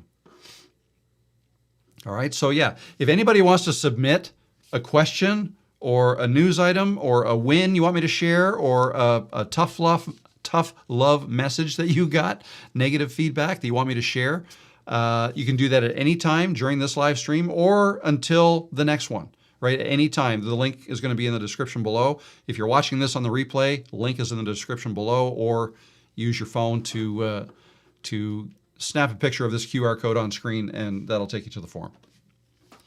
All right. What else we got here? What are we? We're an hour and a half into this, so I'm here for at least another 30 minutes. When there is pixelation and colors flash on the screen when watching a replay, is it related to gigabytes? I just purchased a 32 gig RAM and 2 terabyte storage. I thought that would be plenty. Pixelation and colors flash. Yeah, I don't really know what you're referring to. 32 gigs of RAM and 2 terabytes of storage. That's exactly what I have in this MacBook that I have. And it does a lot. Like I've edited upwards of hour-long 4K videos with no trouble. Live streaming like this with several cameras plugged in. So yeah, I don't know what you mean by colors flashing. That almost sounds to me like there's a loose connection somewhere. But I don't know. Pixelation will happen if you enlarge a small image bigger than its original size. That's going to happen. But that may not be what you're referring to. Rob, would you consider in-depth interviews with vloggers or DIY, etc. channels? Some issues are different for that style YouTuber and would love a chance to ask questions. Yeah, I'd consider anything like that. It's more to do with if there's something a channel like that has to offer that would help people who watch these live streams, people who are new creators, then absolutely. Right, and the size of the channel doesn't matter. Again, have a look at the forum. Anybody who is interested in coming on live, there's the QR code for the Creator Spotlight. Again, there's a link in the description below. I'm going to clean up these graphics and stuff a little bit for next time, but just thought I'd get the ball rolling today.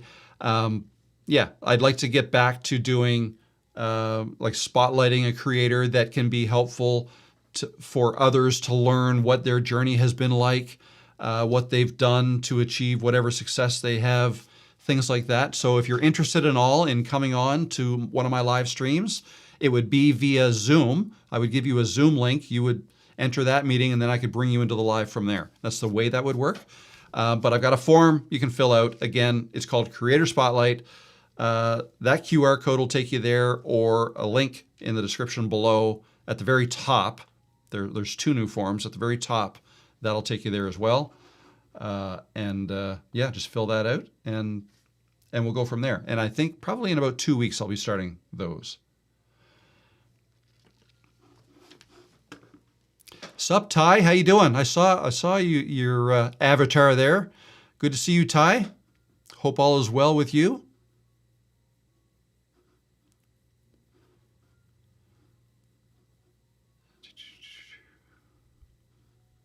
"20 videos on the same subject."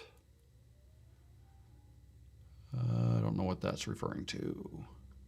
I'm scrolling up. I don't see 20 videos on the same subject. Yeah, I'm sorry, I don't know what you're referring to there. "Get to at least 100 videos on a channel before truly deciding if it's worth it or not, in my opinion." Yeah, that's probably good advice. I mean, again, it depends on what you're doing this for. Like, not everybody is doing YouTube to try to make money with it.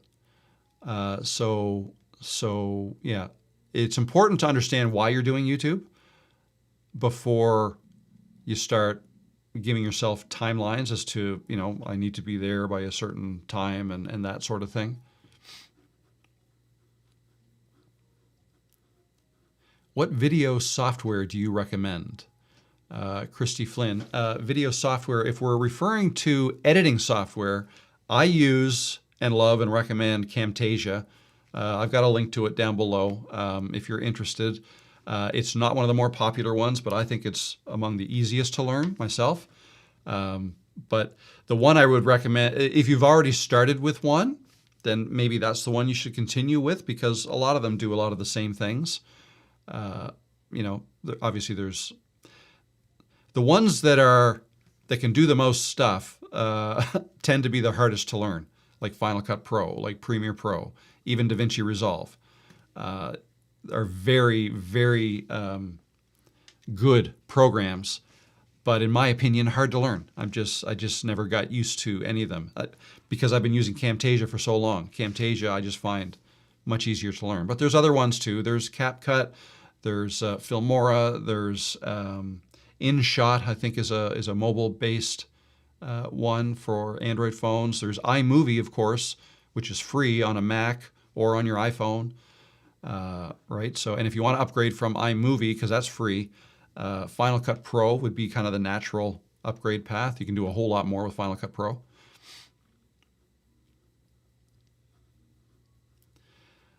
Fabspar, hey Rob, I'm considering recording a video off the cuff. How would you recommend doing that?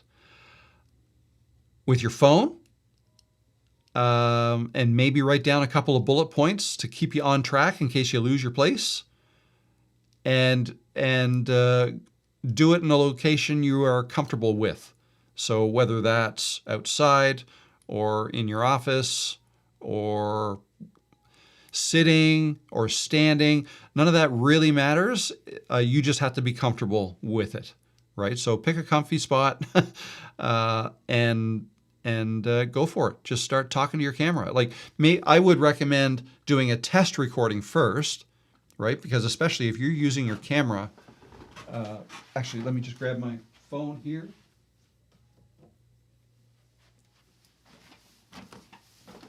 So this is the way I record my outdoor videos, like this, looking at my phone like this. And I would do a test recording like this, looking at your phone, and then turn it around, stop the recording, and then play it back, and just make sure you're happy with the way you framed yourself, okay? And if not, then go back, press record again, turn it around, and make some adjustments. Maybe you got to angle it down more or up or whatever, or a little further away, or whatever you want to do. Sorry, use the wrong arm so you can see. Make it further away if you want, or angle it up or down, right? What you want to aim for is that your head is pretty much at the top of the frame, your eyes at 2/3 of the way up or 1/3 of the way down, something like that. But again, it doesn't have to be perfect. If you're just walking outside and holding your phone like this, people are going to be more interested in listening to what you have to say than they are in critiquing your framing. All right, so just some tips to help you get going. I hope that helps. Just put my phone on this now. And now we can call that the peanut cam. There you go. Now it's the peanut cam. There you go. All right. DaVinci Resolve is great, but probably has a learning curve. Absolutely it does. Yeah. Any of them are going to have a learning curve, but basically they're all kind of the same in that you've got, a canvas area where you want to lay out what things are going to look like. You've got your timeline along the bottom so you know when things are going to happen. And you've got, your media bin, a properties window. They're pretty much all laid out the same like that.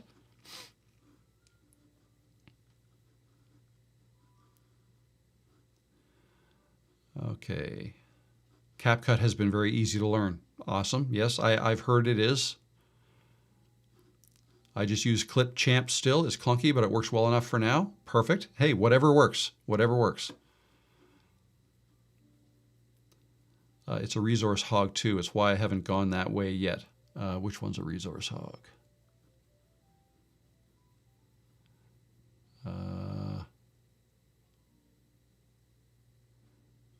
I don't know which one you mean by which one is a resource hog. I can tell you Camtasia is a resource hog.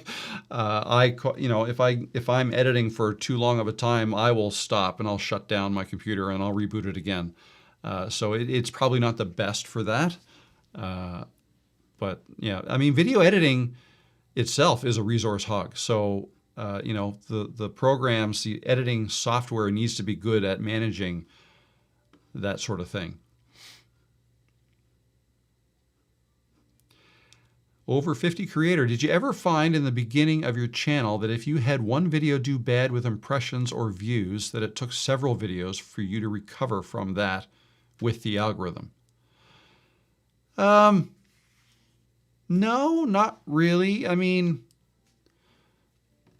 no, I would say no. It just depends on the topic of the next video. Sometimes it depends. I mean, there's so many things. If you have a video do not so well, sometimes a little extra time off might help, right? The way I think of that is people just watched or did not watch. If they just watched or didn't watch my latest video, if that video didn't do well, then I might think, well, okay, I'm going to change it up on the topic. The next topic won't be that. It's going to be something different. And I'll look back and say, okay, what else do people maybe want to hear more about? And I'll go back to my last video that did do well. And maybe I'll expand on something along that line, right? Like, they're just, it's not a science, really. It's more like an art, because there's so many different things you're looking at, and trying to get into the heads of your viewers. Like, what else do they want to see? What have they seen from me lately? What haven't they seen from me lately that they liked? Like maybe it's the location that you film. Bring something back that people liked in the past and maybe they haven't seen in a while. But these are all little things. The big thing is the topic. You've got to pick a topic that they want to see. And if you do, and you make a video and it's a good video and people will want to watch it, it's not going to matter how well your previous video did, right? It won't matter.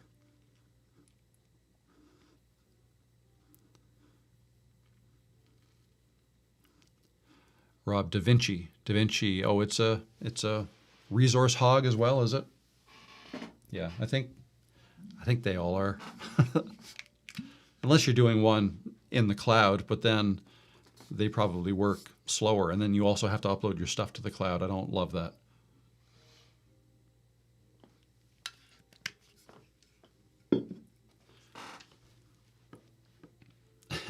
Thank you, Karen.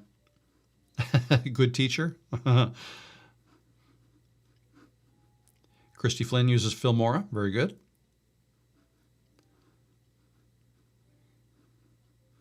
Every video has a life of its own. Absolutely.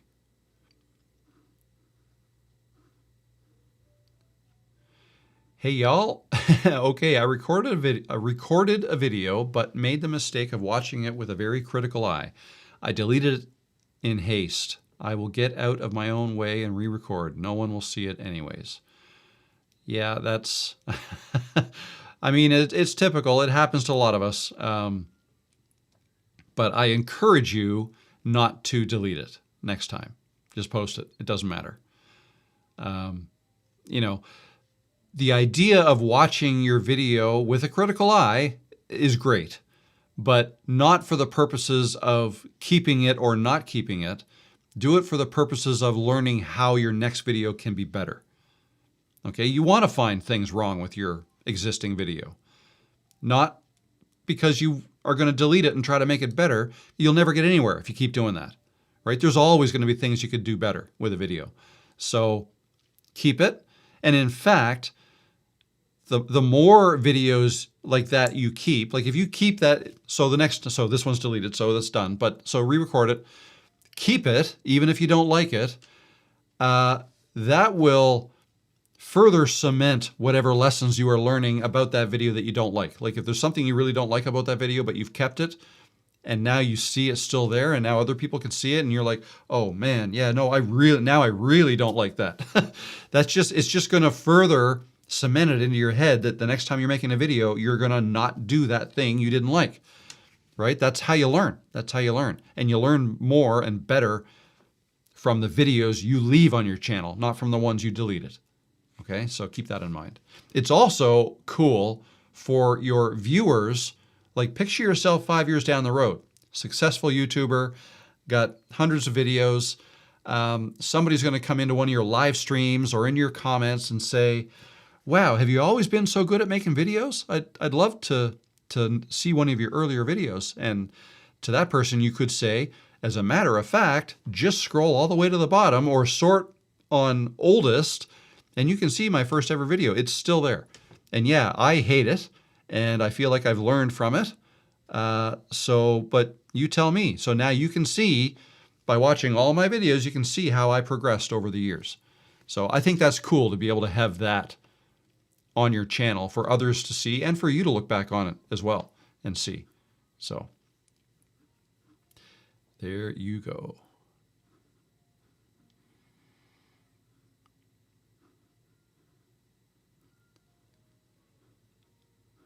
Did you film it on your phone? Is it possibly still in the deleted folder? Oh, maybe I misunderstood, Heidi. I thought they deleted it because they didn't like it, but you're thinking they deleted it, or Veronica deleted it by accident? Oh, that's a different question altogether. If I misunderstood, yeah, if you deleted it by accident, perhaps it is in your deleted folder. Good catch. Thank you, Heidi. Russell, I edit literally every video on my channel on my phone. I did try on my desktop, but I was getting frustrated by it all. Really? I feel like I would get frustrated on the phone just because of the screen size. But yeah, I guess everybody's different.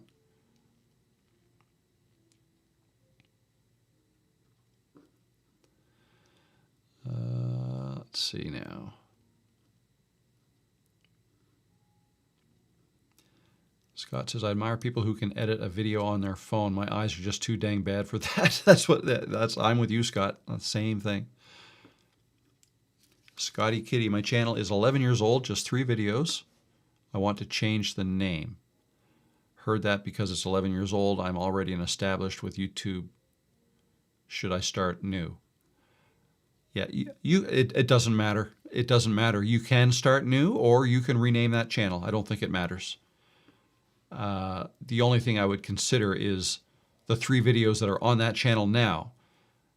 Do they align with the direction you want to take that channel? The videos you want to make now and into the future?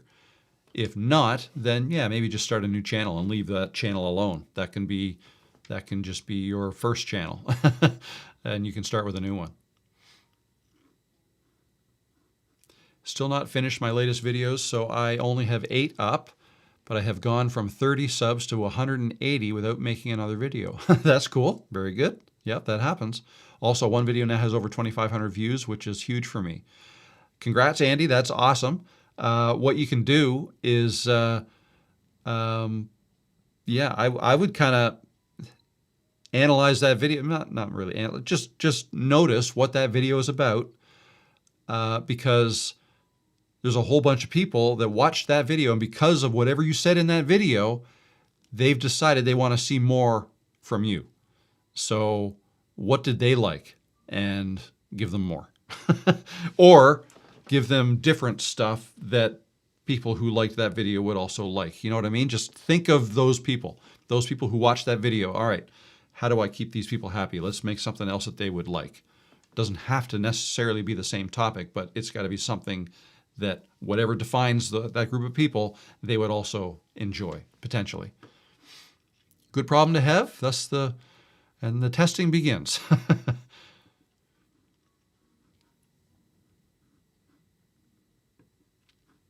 Heidi says, I originally edited on my phone on CapCut, but not seeing the audio track made it really time-consuming. Yes, that would. I didn't know what I didn't know at the beginning. CapCut on my phone was all I knew how to do. Fair enough. Fair enough. Yeah, and CapCut you can download to your computer as well. Get more real estate to play with. That might help. Retired at 50. I love the Grand Canyon. Yeah, it's beautiful in the Grand Canyon. I love it there too. I've been there a couple times. It's big. It's a big place. Lots of open space. Lots of open space.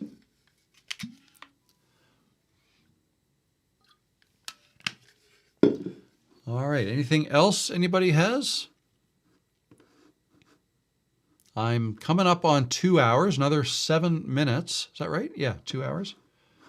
Another 7 minutes. Let's see what I got here.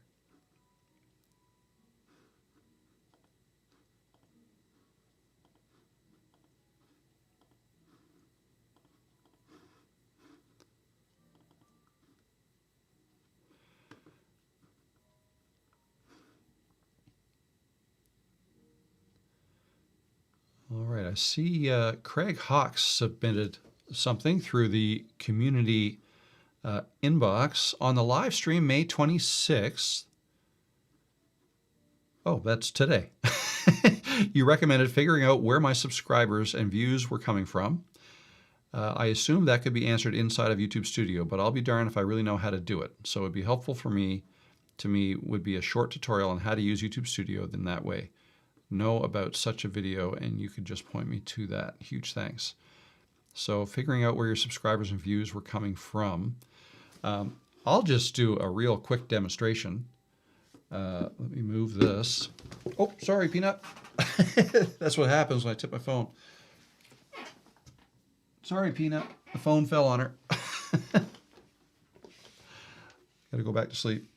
Now, if I share my screen, and I'm going to bring a YouTube Studio tab down. Okay, so I'll just bring this over here a little bit. All right, so here's YouTube Studio, and let's go to, so to know where your subscribers and views are coming from, go to Analytics. Takes a couple seconds. All right, and now let's go to, so this is for the last 28 days. I mean, the first thing you can do is just scroll down here, and it'll show you the views that you're getting from your, you can know where your views are coming from. Okay, they're ranked. And these are the videos, okay? But if you want more detail, what you would do is click See More here with the Views tab selected. Or, I mean, if you wanted to only really look at subscribers, click that one first. Click See More. Okay, and now this table is sorted on subscribers. All right, and it lists all the videos ranked by subscribers. So this video here, in the last 28 days, that's the way I've got this set up right now, I've gained over 3,000 subscribers. 1,900 came from that video. Okay, 300 from this video, 126 from that video, and so on. If you want to say just for the last week, you can change that here, last 7 days. All right, new table, sorted by subscribers. Okay, if I want to sort this by views, I can just click here. And now this table is sorted by views. All right, we can see how many views we got from each video. If you want to do the last year, same thing. Just select the date range. You can pick any month in there as well. And again, views, subscribers, where they all came from. Okay, that's how you find that. And if you wanted to pick a specific date, right, you can select by the last. It always lists the last 2 years. Like if you wanted to see all of 2025, you just click that, and there it is. Right, or each of the last 3 months, or you can pick a custom date. So just scroll to where you want to start. Let's say April of, that's too far back, November of 2024. Let's go November until December. So 2-month period at the end of 2024. And there's where my subscribers came from. There's where my views came from. Okay, so real quick, that's how you would do that. And yeah, I suppose I could make a video about that too, but you asked and I had time, so I just told you right now. Very tolerant kitty. Yes, she is. Aren't you, Peanut? Gonna be able to get back to sleep after this phone fell on you?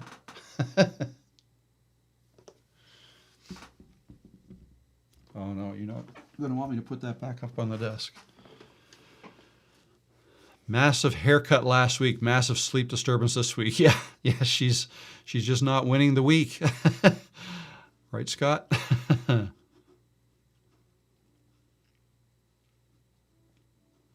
Home Health Harmony, how you doing? Says, yes, I agree. Keep the video because you never know. My first video when I was on day 120 of the bells back in 2013 was used this month on the 13th anniversary of still being stuck. Very good. Yeah, you never know. Peanut needs a phone-proof vest for protection. I highly doubt I'd be able to get that on her. She would not cooperate, I don't think. Anybody know what the XP points is all about? XP points. Are you talking about the hype points, maybe? If so, hyping a video is something you can do. It's almost like a super like. I've never seen the ability to hype a video. I don't know if it's because I'm in Canada and it's only in the US or it's only in certain countries, not Canada. I don't know. Yeah, no, I get the odd comment from people saying, I love this video, I hyped it, and I hyped it so many points or whatever. So no, I don't know exactly how to do it. There should be a hype button below a video. You can click and hype it, and you only are allowed to hype so many times in a week. It's just another metric that YouTube uses to try to figure out how much they're going to push a certain video, right? Are people loving the video enough for them to push it out more? So I'm not sure if that's what you were referring to, or... Oh no, top fans says XP points. Okay, so, all right. So here in the live chat, yeah, they have a different point system. And if you notice, there are, you'll see a crown with a number 1, a number 2, or a number 3. Those are the 3 people with the most points. If I click top fans, so right now it shows it as being Heidi's number 1, and then Scott winning the week, and then Karen, YouTube over 40, and then retired at 50 in Ukraine is number 4, so on, so on. So you get a certain amount of points for every chat message you leave. I know super chats are worth a lot of points. Interactivity, the more people interact with each other and with the host in a live stream, you get more points. It's YouTube's way of gamification, which some people like to see their name in the spotlight over to the side. And I don't know how long it lasts, right? Like maybe if you commented a whole bunch early in the live stream, you got up to number 1 or number 2, but then if you don't comment for an hour, maybe other people pass you, or like, I don't know exactly how all that works. But there you go. Mike Adventure Sparks just put in a super chat. How come that didn't work? Let's try it again. The super chat did not work.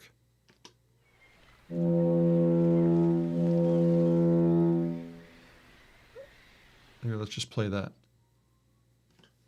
Why didn't that work? I think I broke something in my eCam.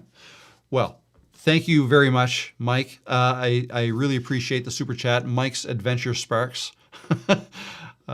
Maybe seeing how that affected you in the ranking of the XP points. I'm not sure if that made much of a difference or not. Did I steal the crown? Oh yeah, you are number 3 now. There you go. There you go. And then now number 2. Yeah, so there you go.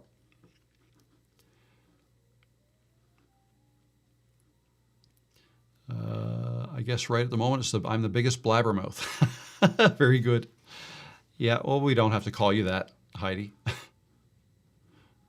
I'm now the number 3 crown. And another super chat from Mike. Thank you, Mike.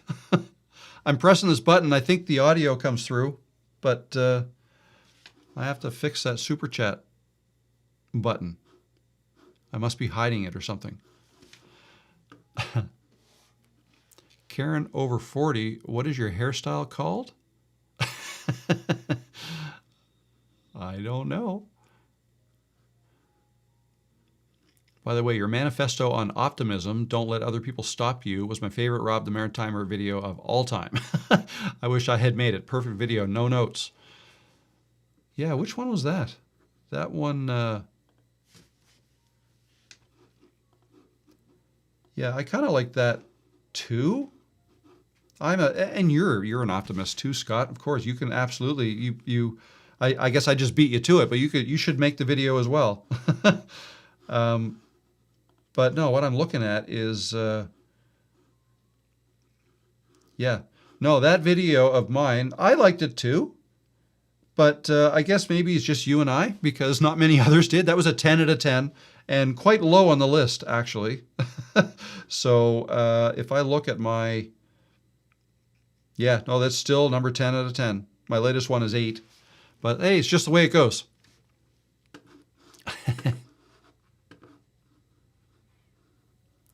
CL says Mike is number 1. Mike number 1 now? Yes, he is. Way to go, Mike. There you go. Scott says that's the queen of YouTube hairstyles. Yeah, I don't think I know of anybody else who has your hairstyle, Karen. I think every one of my videos, Scott says, preaches optimism, maybe to a fault. Never to a fault. No, that's you can't go wrong preaching optimism, I don't believe. Royal Rooster Collectibles, do you think you'll hit that 20K per month in AdSense? For me to you, no, I don't think I will. I'm not tracking towards that right now anyways, but it is still an experiment that I'm loosely trying to follow. I'm trying to do things to raise that. But do I think it's possible? Absolutely. I've seen there's channels out there that aren't very complicated and just, have a consistently growing audience. And I do the calculations. And if their RPM is anywhere close to what mine is, some of these channels are pulling in 50K a month US in AdSense. So, but maybe it depends on the niche. It depends on how saturated your niche is, right? How much room for growth you have, things like that. So we will see. Life with Gen X, Mike or Scott, can I have your crown? I don't think they can give it to you. I've been driving for the last 4 hours, so couldn't connect or couldn't comment. Yeah, no, it's not worth it to try to comment just to get a crown. It's not worth it. I still appreciate you for listening.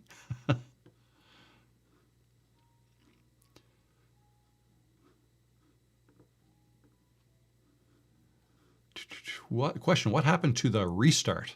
Don't have to respond if you wanted it secret, and I know you said not to talk about it. I don't even know what you're talking about. The restart? Not sure what you're talking about. But no secrets here. Rob, I think the holiday weekend affected your latest video. I just haven't had time to watch, and I bet it is the same with others. That could very well be. Yep, absolutely it could be. It's hard to keep everything, to think of all those things, so I try not to. It's just release a video when I release a video, right?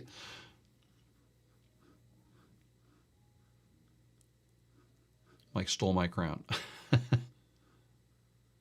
YouTube shopping seems decent to enhance the overall income you get alongside AdSense. That's certainly something to consider. Yes, absolutely. I haven't looked into that much myself, or at all, really, myself. And it might be different for us here in Canada as well, but maybe not.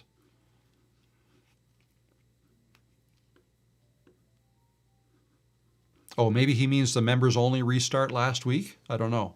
Could be. So, yeah, last week I had an impromptu members only live stream at the end of the regular live stream. It wasn't planned. And I don't plan on doing it regularly, just every once in a while, and it'll be kind of off the cuff. So nothing that I can ever really plan for.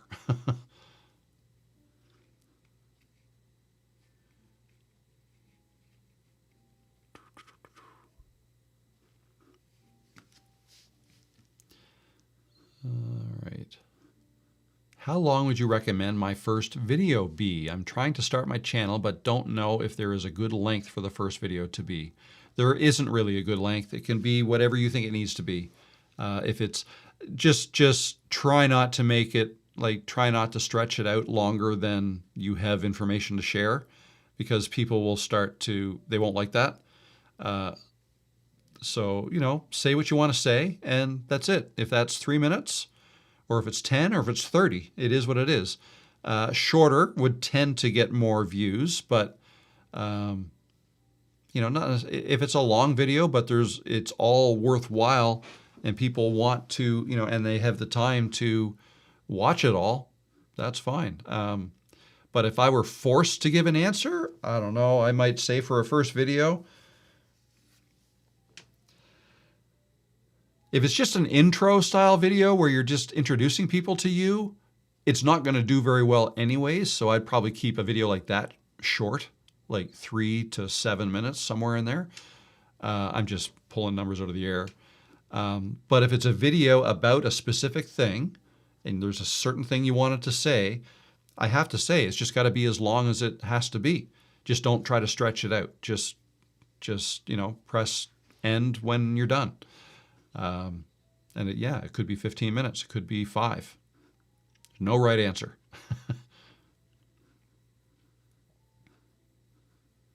I think multiple videos for viewers to binge is better than thinking about the video length of the first. Perhaps. I don't know that I'd even worry about thinking about binge watching when you're starting out.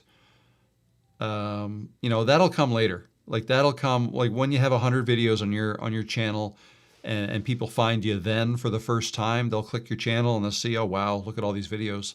This is going to be awesome. I'm going to binge some of these, right? Like that. I didn't start having people binge my videos until, well after like years later, right?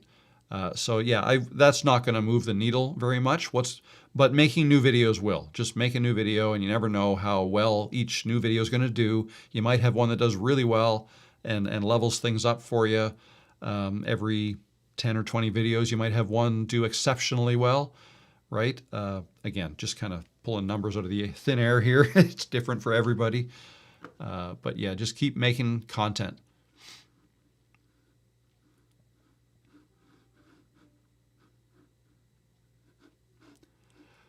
All right, guys. Before I go, one last time, I'm going to mention these two things. I just popped them up on the screen. Those are actually, why don't I share my screen?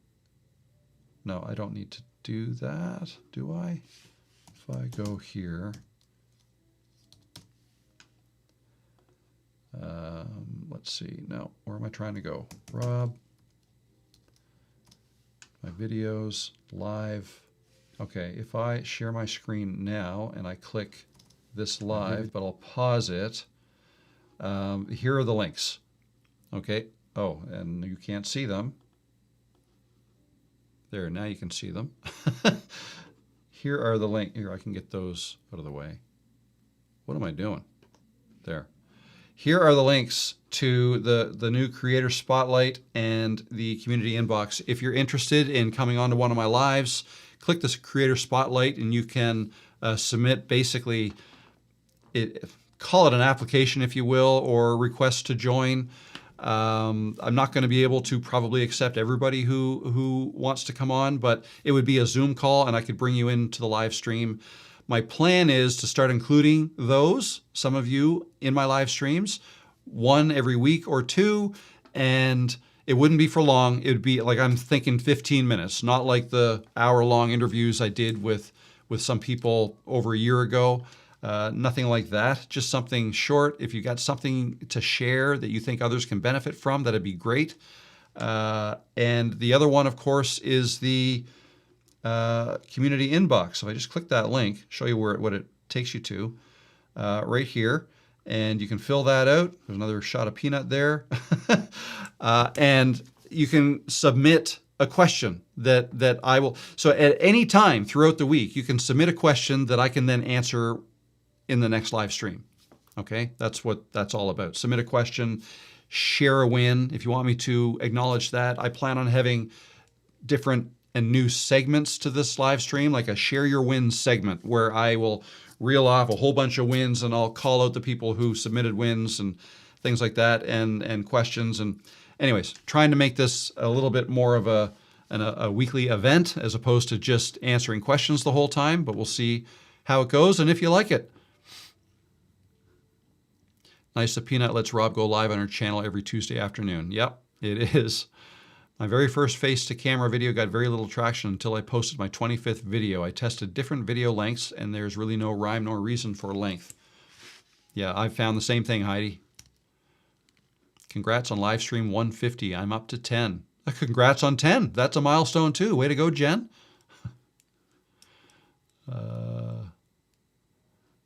You can interview me in Ukraine live when I arrive there next week. Very good.